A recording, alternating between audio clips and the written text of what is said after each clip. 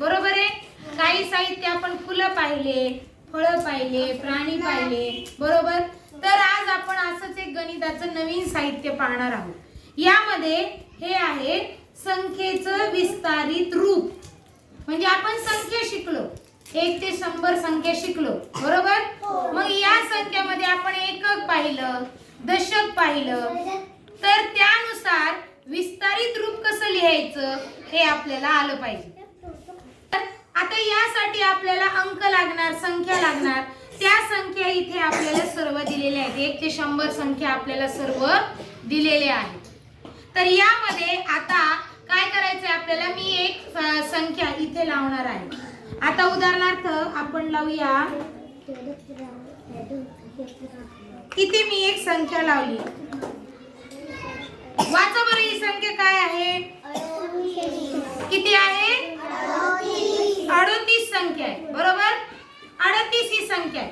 आता आपण शिकलो 2 अंकी संख्या आहे, म्हणजे याच्यात एकक आहेत आणि दशक आहेत, बरोबर. मग यामध्ये एकक किती आहेत, 8. ठीक आहे, मग आता आपण एकक घेऊया. आता हे बघा, हे 8 आपण इथे जोडूया. ठीक आहे. एकक नंतर दशक किती आहे, 3, बरोबर. दशक किती आहेत, 3. दशक किती आहे त्याच्यात, 3. एक दशक म्हणजे 10, मग 3 दशक म्हणजे 10, 20, 30. म्हणजे इथं आपल्याला काय जोडावं लागेल, 30 जोडावं लागेल. आणि बघा, मग 38 ही संख्या तयार झाली. 3 दशक म्हणजे 30 आणि त्याच्यामध्ये 8 मिसळले आणि ह्या दोघांपासून ही संख्या तयार झाली. किती, 38. आलं लक्षात. हे झालं याचं विस्तारित रूप. काय झालं, 38 चं विस्तारित रूप 30 आणि 8. आता मग हे वहीवर कसं लिहिणार आपण ते पण आपण इथं बघूया. बघा, आता मी दिलेली संख्या काय होती, 38 होती. विस्तारित रूप कसं लिहायचं, बरोबर चिन्ह काढायचं. याच्यामध्ये दशकाचे, एककाचे 8 अधिक दशकाचे किती, 30. दशकाचे 30 आणि एककाचे 8 अशी मिळून ही संख्या 38 तयार झाली. अशा प्रकारे हे विस्तारित रूप तयार करायचं आहे. चला आता आपण दुसरी संख्या घेऊया. आता तुम्ही सांगा एक संख्या, मी ती घेते. सांगा बरं एक संख्या, तुम्ही सांगा, कोणती पण सांगा. 49. ठीक आहे, 49 आपण घेऊया. बघा, 49.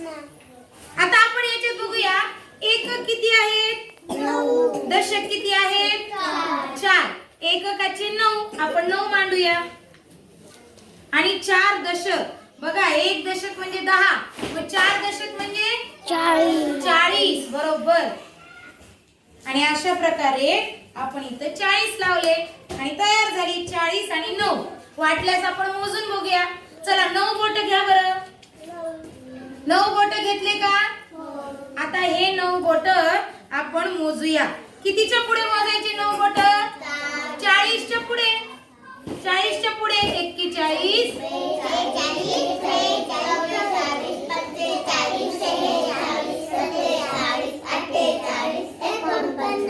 आले की नाही 49. तर आता आपण पुन्हा लिहूया.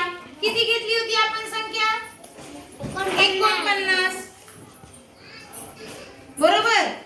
आता कोणतं चिन्ह काढू, बरोबर. दशकाचे किती लिहू, 4 दशक म्हणजे किती, 40. आणि बेरजेचं चिन्ह, कारण आपण बेरीज करतोय. आणि एककाचे किती लिहू, 9.